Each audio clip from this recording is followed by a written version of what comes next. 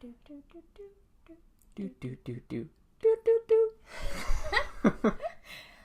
Stuck in my head. Good morning. It's like noon. Is it? Oh, it's Just 11. about. It's 11:37. But probably not when you watch this. That'd be really... That would be like Inception. No. No, But it would be a cool coincidence if you were watching at 11:37. it would be spooky. It's not like we live stream it, so... No. Anyways. Welcome back to another podcast. Yeah. Number 8. I can't believe it's been like 2 months. Yeah, that's crazy. It's insane. I feel like it's been like 2 weeks. Yeah. Oops. Every single podcast, I know. you have to somehow bump into I something. always hit the table. Good thing we used to have the camera attached to... We have a computer here. We used to have the camera attached. But I'd bump the table, so then it would like wobble the camera. Yeah. But still, if you bump the table, the microphones pick it up. Oh. Yeah. Yeah. We actually match our microphones today. Oh, we do. Yeah, you're wearing white, and I'm wearing black. Yeah. Yin and yang. All right, so this podcast is inspired by my obsession with Paranormal. BuzzFeed Unsolved. I've just been obsessed with it lately. But Yeah. It's interesting because I'm on two sides of it, like with most things, because I'm usually like obsessed with something, but I also kind of don't believe in it, Yeah. right? Like I'm a very scientific person, but growing up, I've always loved watching things like Ghost Hunters and that kind of thing. I even watched, it was a terrible show, no offense to the people who made it, but I even watched UFO Hunters, which is like, you don't ever catch it on video, right? You don't hunt UFOs. You don't hunt UFOs. It's not like they're just out in the wild at all times. Yeah. Yeah. I don't really believe... I mean, I believe in, like, ghosts and stuff. And, like, I believe in aliens. But who's calling me right now? Oh, no. I'm not gonna answer. It's fine. Yeah. She'll understand. It's always when I'm podcasting. Suddenly I'm super popular. Yeah. What was I saying? I believe in, like... I kind of believe in ghosts. And, I mean, not like ghosts per se, but I believe that there's something, like another plane that Like we don't spirits. really... Yeah. Yeah. But it's not like ghosts, like, you know... Well, for me, it's like, I'm like, yeah, ghosts don't exist. But then as soon as I'm like alone or like in an old house, like I grew up in a pretty old house, and then I'll tell a story later on maybe about one that was near my house that we went into. But whenever I'm like alone, I get freaked out and I feel like there's somebody watching me or something around me. And if like when I was growing up and I was in the basement and I was going up the stairs, leaving the basement, I'd have to run every single time because I always felt like there was something chasing me. Yeah, some sort of demon. And I mean, like, I've had experiences, but at the same time, I'm also a firm believer of humans, like, we find patterns in things. And we are pattern recognition machines. It's like in BuzzFeed Unsolved when they use that spirit box thing, which, like, is so stupid, but I really want one. It scans, for those of you who don't know, it scans radio frequencies at a certain interval, like, quickly, so that it'll pick up little snippets of, like, words and things, and it only scans, like, talk radio and other, those kind of radio stations. Not music, so you're not getting, like, random bits of music in there.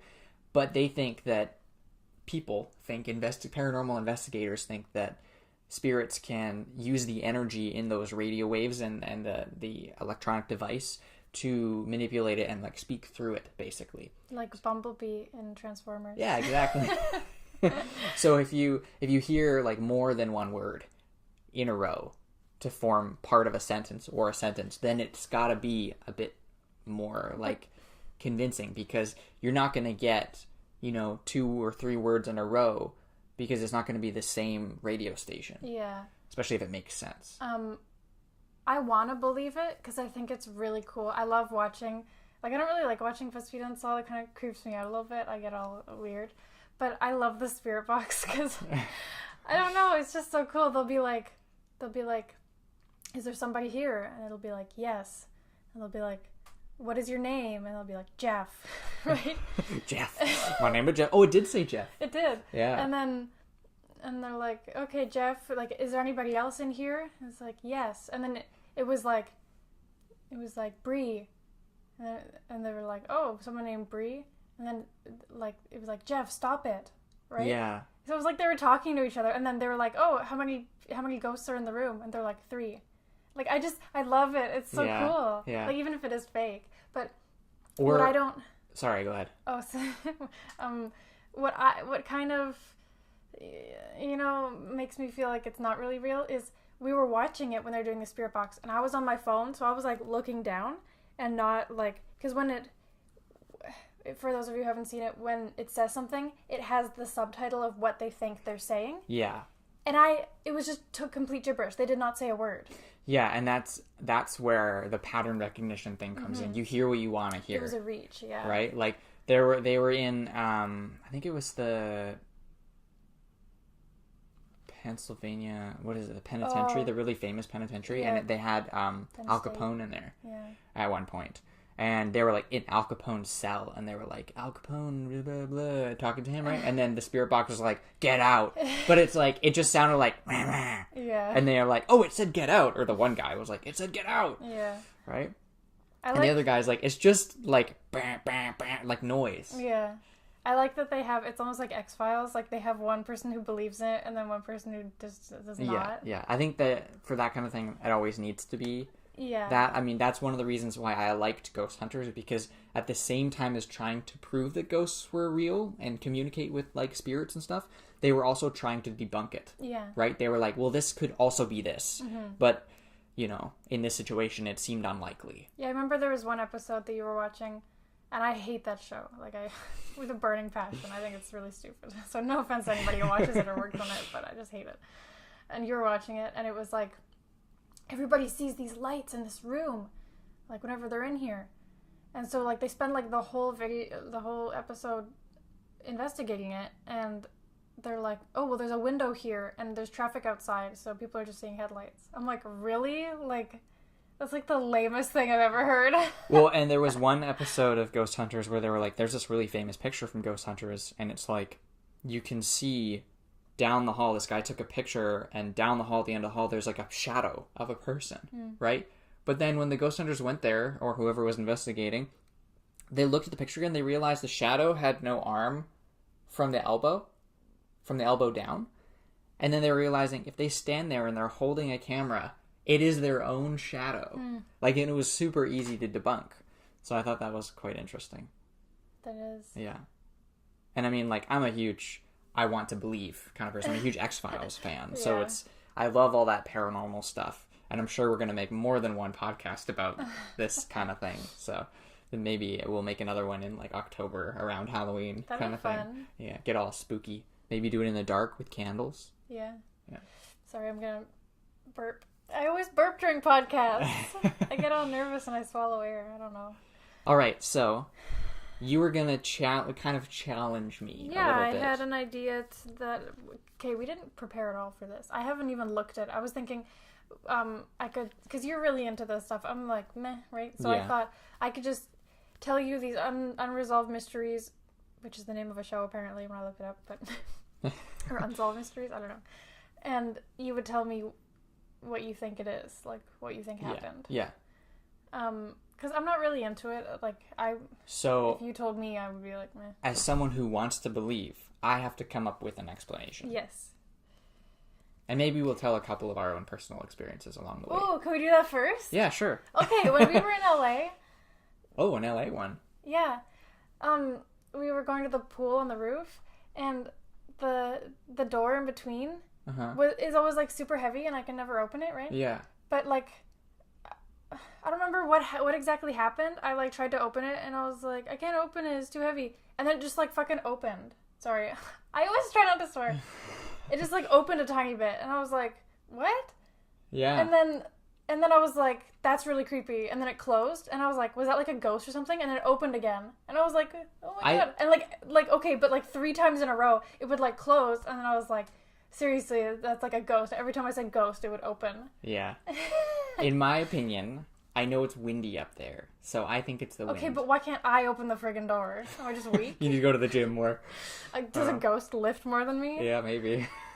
But speaking of doors opening on their own, I've experienced that multiple times where it just does not make sense. I mean, I do have an explanation for one of them, but then there was another one where I was on my own and it freaked me out, and then I tried to recreate it later.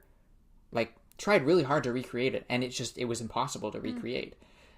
So the first one I'll talk about is, like, my sister and I, we had a friend that lived across the street from us growing up, and I think I was probably like 12 and my sister was like 15 or 16, so we were, young teens.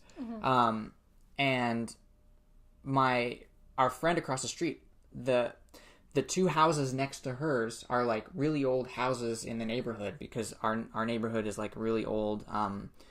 It used to be an old orchard like 150, 200 years ago. So there's a lot of history, and the one house, so the neighbors, our friend across the street, her parents bought the two houses next door to fix up and like basically rent out and make a profit off of. But there was the one house in the middle, so the friend house was on the right, and then the two other houses were owned by a mother and a daughter, and the mother owned the smaller house, and the daughter lived in like the big house. The big house was in the middle, and it was built by one of the like founding people of the town. So it has a really cool history to it. It was built in like 1920. It's a pretty old house, almost 100 years old. And so as they were fixing up the house, it was empty.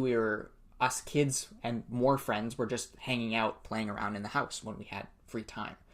So we would always like joke that it was haunted, and like we'd find things in the house, like we'd find like a weird necklace or something. And then eventually, I wasn't there when this happened, so I can't say that it was actually true, but someone crawled into the attic for some reason. I don't know why. It was scary. And found a Ouija board in the attic. I have so many stories of Ouija boards. Yeah. But anyways, in this house, multiple times, we'd be just sitting in the living room, and the stairs up to the upstairs to the bedrooms had a door on it. It was like a covered stairwell and had a door. And that door would open by itself all the time. Even like with no explanation, we'd just be standing and all of a sudden, or sitting in the living room, and all of a sudden it would open. Slowly, creepy, and like creak and everything. And then we'd all be freaked out, so we'd go upstairs. And we'd all be standing on the stairs, and then the door would close by itself. That's weird. I told my dad that, and my dad's a building inspector. He's worked construction like his entire life. He's like, oh, it's just the weight difference in the house. Like, the door is on a hinge, right? And so you're on one side of it, and then it opens, and then you're on the other side, and it closes. But I'm like, I don't know. And then there was one day when we were having like a pizza party in the house, and it was like stormy outside, and we were all freaked out. And there were actually a couple times where we asked like our friend's dad to like trick people. So a couple of us would know, and then no one else would know, and he'd turn off the power to the house. That's evil. Yeah. But there was one time when we were having that pizza party, and we were just having a good time hanging out, and then all of a sudden the front door just like blows open. But then we debunked that by figuring out we hadn't closed it. We hadn't latched it properly. Yeah, and then there was wind. Yeah. Okay, tell one of your stories, and then I'll tell the one where I tried to debunk it, and I couldn't. I couldn't debunk it. Wait, which one? The Ouija board? No, you just tell one of your stories, right? Because we're telling stories right now. Oh, I thought you were saying that, like, tell one of the stories where you tried to debunk it and you couldn't. No, I said you tell one of your stories, and then I'll tell the one where I tried to debunk it. One of my stories where I tried to debunk it. Okay. I can't understand English. I'm too excited right now. Well, when I was 15, I moved schools, and I became friends with this group of girls, and I don't know how it started. We were just like, we should make a Ouija board. You made one? Yeah, we made one. That's even creepier, because it's like, I'm sorry to interrupt your story, but like, Ouija boards they're supposed to be like a portal to like the spirit realm, or like, people talk about demons. That stuff freaks me out. Like ghosts, it's like, okay, no, don't say that word.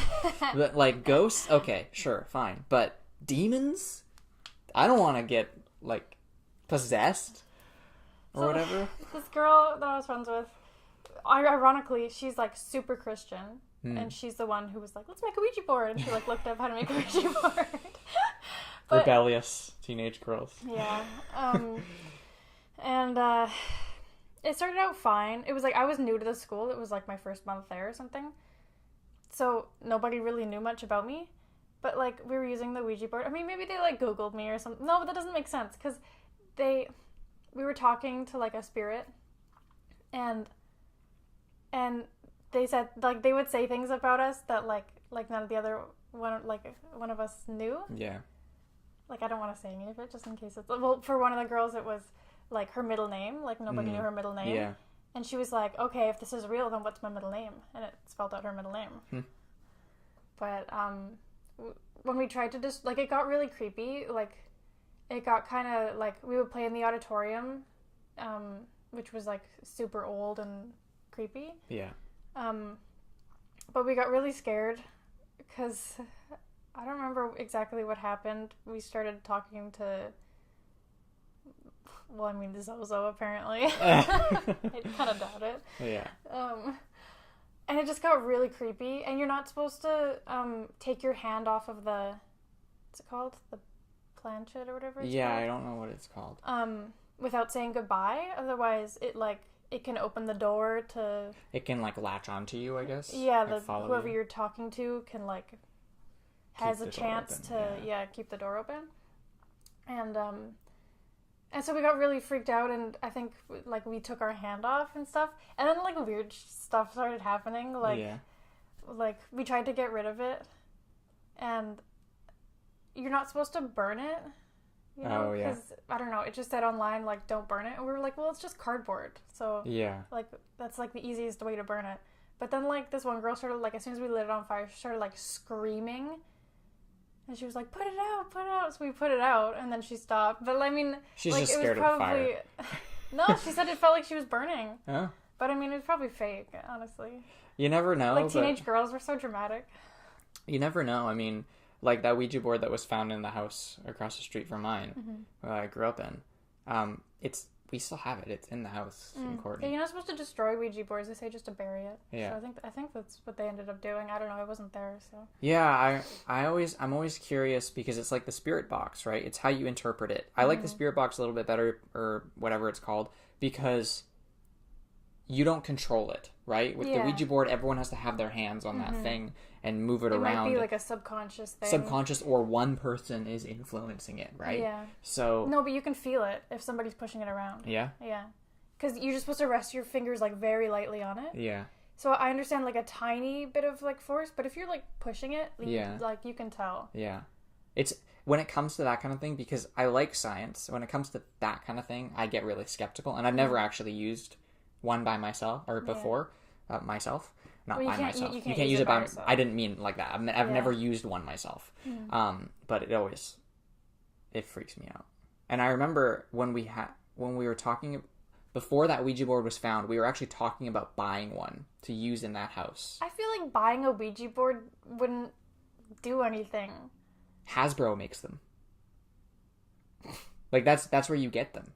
What? Like you buy them they sell them at Toys R Us. But they have beautiful like carved wooden ones. Yeah, Those you can get so cool. you can get like artisan ones, and that's what we were actually talking about, getting like a nice one, not just like a cheap be really one. Expensive. Yeah. Well, and that's why we didn't end up getting one, and then we found like the Hasbro old. It looked like it was from the 80s. Well, that makes me just think it's fake. Yeah. If Hasbro sells it, yeah, they're like capitalizing on spirits. Yeah. They're like, oh, okay, so we have this technology or this ability to contact spirits. How can we profit from it? But anyways, when we were talking about getting one, my friend's mom was like, don't do it. Like, I used a Ouija board when I was a kid, and it, like, freaked me out. Yeah. And, like, you're not allowed to use it. God, like, that followed me for years. I remember I told you about it on our first date. Yeah. And you freaked out. I did. It scared me a little bit. Just the demon scary. stuff scares me. Well, there was at some point, like, I think I blocked it out of my memory, but I remember that, like, somebody... Got possessed. Yeah, got possessed, basically. I mean, I think that was when we all took our hands off of the planche. I don't know if that's what it's called, but I honestly can't remember what happened. I think she just started like laughing really creepily and just like could not stop laughing. And... Yeah, that's just her screwing with you. Yeah. Yeah. It creeped us out. Like, I mean, we Well, were in this, like, old auditorium that was, like, completely quiet and nobody else was there. Yeah. With, like, the lights turned down. Yeah. Well, it's we when were you're asking for it. Yeah, you're asking for it, and that's the whole point of a Ouija board is you're inviting spirits and demons. Yeah. And that's the thing is I want to believe it because I think that would be cool, and it gives a little bit more meaning to like life after death kind of thing. Yeah. But then at the same time, it's kind of part of my brain is like that doesn't seem possible. Well, it's like who would we be talking to? It's whoever's like chilling in the area, right? It's not like it's not like I mean I don't know how can it you works. summon people or they're just like people following you or like whatever, right? And then you gotta take into account like I remember I used to watch. I didn't watch very much of it, but there was like this Penn State show where there was like a guy and he was like, I'm gonna contact spirits, and he would get mediums on the show all the time, and like the mediums were always so dramatic and like kind of fluffing it up a lot, right? So there's a show called like Hollywood Medium or whatever, and they have celebrities on. They tell them stuff about I don't even know. Well, then that's almost a kind of a type of magician because magicians can read people and people have tells. Well, and if they're celebrities, their lives are very public. Very public, yeah. But anyways, the one that I couldn't debunk was I was doing like chores. I was vacuuming in the basement, basement bedroom. And there's like those old closet doors that there's two of them and you have to pull them and they kind of like fold out as you pull them. It's like the ones in the front here. Oh yeah. But there were two of them. They're very old, so they're kind of like stiff and creaky. And I was just vacuuming. They were closed, and I bumped one, and it just flew open. And it freaked me out. I left the vacuum on and bolted back upstairs. And then I finally got the courage to like go back downstairs and turn off the vacuum. It was still on. It was still on. Like I had left it down there so for like funny. 10 minutes, like just chilling, like. And I came back down, and I would have been even more freaked out if the vacuum was turned off when I came back downstairs. That would have been, yeah. Anyways, that was just my brain going, ooh. But I tried. I was like, okay, I'm going to try and just recreate this because this could be just me bumping into it. So I closed it, and I hit it like really hard, and I bumped into it a bunch of times at a bunch of different places, tried to get exactly the same spot that I bumped into it before with the vacuum, and I could not get it to open. But maybe it wasn't fully closed. No, it was those doors. I'll show you next time we're there. Those doors, like, I very remember clearly, but maybe like you were saying, we make up things and we change our memories, so who knows, but that freaked me out and I will never forget that. And that basement just always gave you the creeps. Anyways, let's do a couple of those. Sure. I'll try and come up with a rational explanation. Is that what I'm trying to do? Where did it go? It left. Oh, there it is. Well, maybe both. Both? Yeah. Okay. Okay. What? Okay. Okay. Reminds me of Alexa. Okay. I don't know. They're all like either really long or there's like nothing. Oh. Okay. This is weird, but I'm kind of digging it. All right. Why does High School Musical's Corbin Bleu have the third most widely translated Wikipedia page of any person, living or dead? So widely translated, what does that mean? Like, does it mean like it's the most detailed? Or it's translated into a lot of different languages? It says, a random search of the Blue Wikipedia page edit histories reveal no common names or IP addresses associated with page edits or creations. Nor were so everything about him, yeah, there's so much about him, and it was never, like, if you go through the histories of who edited it, there's been nobody. Like, nobody ever at all. Well, it was created in 2006 by a person, and it says that, but like information just appeared, and over the past 10 years there's been nobody has added anything. Okay. I got two. I got one rational one. Okay. And one sort of like paranormal kind of one. Okay. Paranormal-ish. Okay, so the rational one, I'll start off with that. Rational one is stage mom. That's my explanation. Stage mom. So when he started to, like, when his career started to flourish a little bit, his mom was, like, super supportive, or a family member, and was like, okay, I'm gonna go on Wikipedia and create a Wikipedia page for him so he can be searched on the internet and get information. And that same person, because it just says it's created by the one person, right? So I wonder if that same person goes back and adds. It doesn't really go in as an edit, or like, so that same person is just going in and keeps adding stuff. Or they've kept the same tab open since 2006 to keep editing it because they're so supportive. Okay, but there's something else. So what I said was just like a little detail. They were like, so this is also weird. But the weird thing is, it has been translated into every language. And there's been no record of it. Even dead languages. Dead? Like Latin. And Aztec. Pennsylvania Dutch. What? Really? Yeah. I'll have to do some research on this, because this is people are like, is this just one person doing this? It's either one person, like that's the rational explanation, or it's like a ghost in the machine, like AI that's not been manufactured, that's basically been born through the internet, like what's the word, miraculously. Yeah, or like an AI is like. That's what I mean. Like an AI has been miraculously created through the internet. An actual ghost. Well, yeah, but it is a ghost because we don't know about it. We can't track it. We don't, it's like undetectable. So I think that that's what it could be. Like, I always wonder about the internet and weird things that happen on the internet that are unexplainable. And I wonder if that's like, we created the internet. The internet's been around for so long now, like 40 years, 45 years. And who knows what it could have evolved into. Yeah. Because I you think hear we don't even know half the stuff. Well, you hear of these people who are actively trying to create AI, and they accidentally create something, and then it learns, and they have to shut it down because it's basically becomes its own thing. Yeah. Because that has actually happened, by the way. You ready for the next one? Yes. In 1998, a man named Lenny was having breakfast with his son when an unidentified man inquired about a horse that Lenny had for sale. Lenny left with the man without his son. He left his son at the restaurant. And Lenny never came home. It was later revealed that Lenny had never advertised that he had a horse for sale.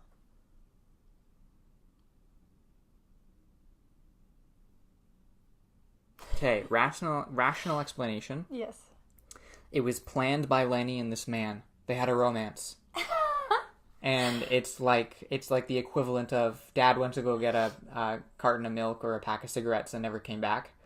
That's my rational explanation. Mm. And then the other one is stalker. Mm. Yeah, I guess it's not really paranormal. But why would he go with him? Because the guy stalks him, knows he has a horse, and maybe knows that he's thinking about selling it. Right? Maybe Lenny's been talking to his family thinking, you know what? We're not doing so great financially. I'm just making up stuff right now. And we have this extra horse, and it's like, I could sell the horse and get by with selling the horse. And this guy's been stalking him, right? And then he's like, oh, I happen to be looking for a horse. Are you selling a horse? And he's like, I've been thinking about selling my horse. No, but the son was there, and the guy was like, oh, I saw you have a horse for sale. Oh. Can I look at it? But then wouldn't Lenny be like, what the heck are you talking about? I don't have a horse for sale. Well, yeah, exactly. So it's a little bit... So I think you're right that it was planned, because down here it says, 6 months after his disappearance, a man phoned the police claiming that he saw Lenny in a bar, but when the police got there, the guy was gone. Both the guy who called was anonymous. Yeah. He wouldn't say who he was. And the guy, there was nobody in there who looked like Lenny. Interesting. So I think he ran away. He planned his disappearance. Yeah. So it sounds like to me. But I mean, what do I know? A man has been held in a Canadian maximum security prison for 6 years. Nobody knows who he is, and he refuses to give his identity. Okay. I guess I don't really have like a paranormal explanation, but I have a rational explanation that's very mysterious. Do you want me to read more? Sure. So in 2013, he was arrested for committing over $400,000 in fraud. Like, he was claiming to be this man who had and they found out that he had committed for $400,000 in fraud. But then it turned out that he wasn't actually this guy.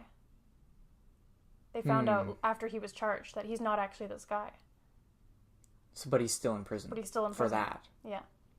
Okay, so now I do have two explanations. Okay. The rational one is he's just like he's a nobody who's been doing fraudulent activity his entire life, and he's done so much fraud that nobody knows who he is. There's no record of him, basically, right? He's been so many different people that it's like, and maybe the Canadian government doesn't know who he is, but because his life is all about being somebody else, he'll never say who he actually is, because maybe he has a secret life, a past that he's running away from, and that's why he started becoming fraudulent in the first place. Then my other explanation that's a little bit more mysterious is it's like he's a spy, like a secret agent. Because like wouldn't his friends or family or anybody who knows him be Not like, if he was, this is this guy, right? Not if he was like a Russian spy. Well, that's what I'm saying. Yeah. Okay. Otherwise, yeah. like his friends or family would be like, yeah, this is this guy. Yeah. So. Well, it says here that. Or he could even be a Canadian spy that's so deep, because we always hear about like CIA or American spies or people who work in like these top secret organizations that basically have no identity because their whole life has been devoted to this like act of espionage or whatever, right? Yeah. We don't know that Canada doesn't have that. We're just known for beavers and maple syrup, right? So the top comment is, my first reaction is that whatever he's trying to get away from is way worse than maximum security prison. Yeah. And he probably won't be talking about what that is ever. Mm-hmm. So he could have been running away from something and then decided, what's a really great country? Go to Canada, get caught doing something illegal so that he could get, like, in a way where he get put into maximum security prison because that's protecting him from something. Well. Mm-hmm. Are there any, like, paranormal kind of ones? Not really. Like, I'm looking at the top ones ever on Reddit. I don't really know. I would... okay. Okay, go ahead. A 16-year-old smoked weed at a party and then started freaking out and called her stepmother to come pick her up. And so her stepmom picked her up and took her home and said, just go to sleep and it'll be fine. So the girl went to sleep. And then in the morning, she wasn't in her bed. It was like she had never been there. Interesting. Okay, so I have a rational explanation.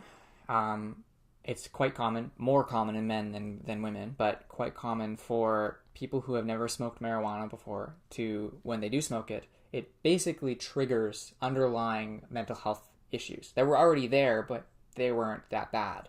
And the marijuana can cause it to be worse because it alters brain chemistry. So my theory is that she had some sort of schizophrenia or something like that was underlying, and when she smoked marijuana, it kind of kicked it into high gear, and so that's why she was freaking out. And then when her stepmother took her home, it didn't stop, and she basically ran away. But because there's paranoia, maybe she was covering up her tracks as she was running away. And she could have, like, died, right? Like, She's still missing. She's still missing, yeah. Then the other theory is, that's a little bit more mysterious, guys, is... alien abduction. Well, no, actually, I wasn't going to go there. I was going to go that she was smoking marijuana for the first time and then got paranoid, but she was legitimately paranoid. She was paranoid that somebody was following her or stalking her or something like that. And then her stepmother and even herself was probably aware of the fact that she was paranoid and freaking out. So she's like, I don't want to be out anymore. I want to be home and safe so that this paranoia can kind of run its course. And then it was legitimate paranoia and someone abducted her. I can see that. Yeah. I can see either of them. I don't know. It's hard to... I don't know. I mean, that's what's fun about these mysterious things, even the paranormal stuff, is there's so many explanations for it. There's rational ones, and then there's mysterious ones, and then there's ones that make sense but also don't at the same time. In 2008, an 18-year-old went for a walk. He told his dad he was going for a walk. And he never came back, was missing for 7 years, and then they found him dead in a chimney. Dead in a chimney? Yep. That's really creepy. I have a theory that he was a thief. It was an abandoned house. So maybe he was an urban explorer. Like, urban exploration. There's like a community of people who go explore abandoned places, right? Mm-hmm. And he just wasn't safe. And I mean, that's a really good place to go missing. I mean, like, in terms of like effectiveness. It's not good to actually get stuck in a chimney and die. That's what I'm saying. I'm saying it's like, that's a really, because you wouldn't expect to find someone to go missing in a place that was already abandoned, mm-hmm. and like, never mind a chimney, especially if it's abandoned and you don't really want to worry about how you're getting in and out. Well, the police said that he probably tried to shimmy down the chimney to get into the cabin, mm-hmm. but the coroner was like, I don't know. Like, they said it was really like almost looked like it wasn't an accident, the death. Yeah, because then I was thinking the other thing could be is he was murdered or killed by accident. Yeah. Right? Like, maybe he was on a walk and he was hit by a car and the person shoved him down a chimney because that's the last place somebody would look, mm-hmm. right? Especially an abandoned house. Yeah. And it's like, man, you got to be kind of screwed up to think of that. Not screwed up. Creeped out. Yeah, I'm getting a little creeped out too. Sorry, guys, if this is too scary. I think we'll wrap it up now. Yeah. With the. But if you guys have any like ghost stories or mysterious things that's happened to you, like, share them with us, and maybe we'll talk about them in the next like creepy podcast that we do. Yeah. Yeah. And let us know what you think. If this is not your cup of tea, then let us know. Let us know. Won't make another one. That's fine. We won't make another one, or we'll make one that's less scary. Or if you have like explanations that we didn't talk about, then let us know in the comments or email us. Yeah. And then this is unexplained. I like unexplained things, but I'm not really a big true crime person. I don't really like that very much. Even though like a lot of those ones that you told me, my explanation was basically crime. Well, sorry, but for the last one, the coroner like ultimately ruled it like accidental. But in the report, it's all like skeptical. It's all like this dude was murdered. Yeah, interesting. Yeah, super weird. Anyways, only his ghost will know. I guess so. We should. That's why it's like really interesting when you get the spirit box. You're like, "How did you die?" And they're like, "Jeff." That's not how it went. No, I know. Just kidding. All right. Anyways, if you've been watching our podcast, you know that at the end of every one, we highlight a charity in the Vancouver area, because that's where we live. The one for this week is called Mission Possible, and they help people who are homeless or at risk learn like life skills, and they give them jobs and like teach them all sorts of stuff. It's basically, I mean, I can just read you. I always do that. I try to summarize in my own words when I could just be reading it off my phone. Mission Possible is supporting individuals who are challenged with poverty to navigate a journey to employment. We do this through supporting individuals with training and coaching in our work readiness program, and offer transitional work opportunities in our social enterprises. Cool. So if you want to donate to them, or if you just want to go read about them, it's mission-possible.ca. We'd really appreciate it if you donated. Awesome. Yeah. And thank you guys for watching or listening. Sorry if we creeped you out. Yeah, but sometimes it's fun, you know? People like scary movies and stuff because of the thrill. Yeah. I like this kind of stuff because of the thrill. I'm not really a big horror movie person. No. But anyways, let us know what you think. Throw in your 2 cents or contribute to our speculation on what could have happened, or if you have any ghost stories, I would love to hear your ghost stories. Like, I love first-hand accounts of like really creepy things that happened, especially when it's like, I don't believe, but then this happened to me and now I'm not sure anymore. But yeah, thank you guys for watching, and I'll see you in the next one. Bye. Bye.